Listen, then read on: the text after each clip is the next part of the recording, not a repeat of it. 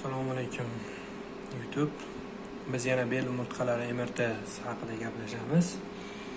Bu yangi bemorimiz 57 yoshlik opamiz.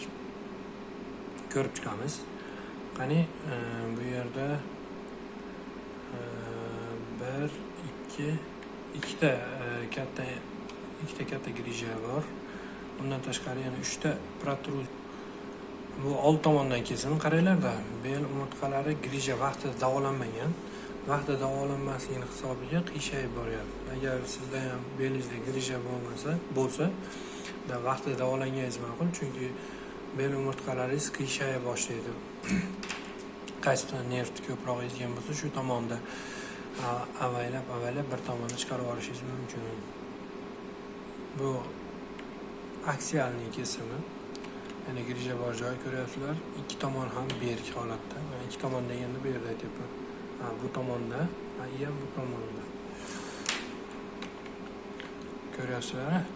Bu yerda orientir yaxshilab e'tibor bersangiz, biz hozir bundan oldin buni ko'rdik. Endi bu yerda ko'ryapmiz. O'tkazaman. Mana ko'ryapsiz, ikki tomon berk.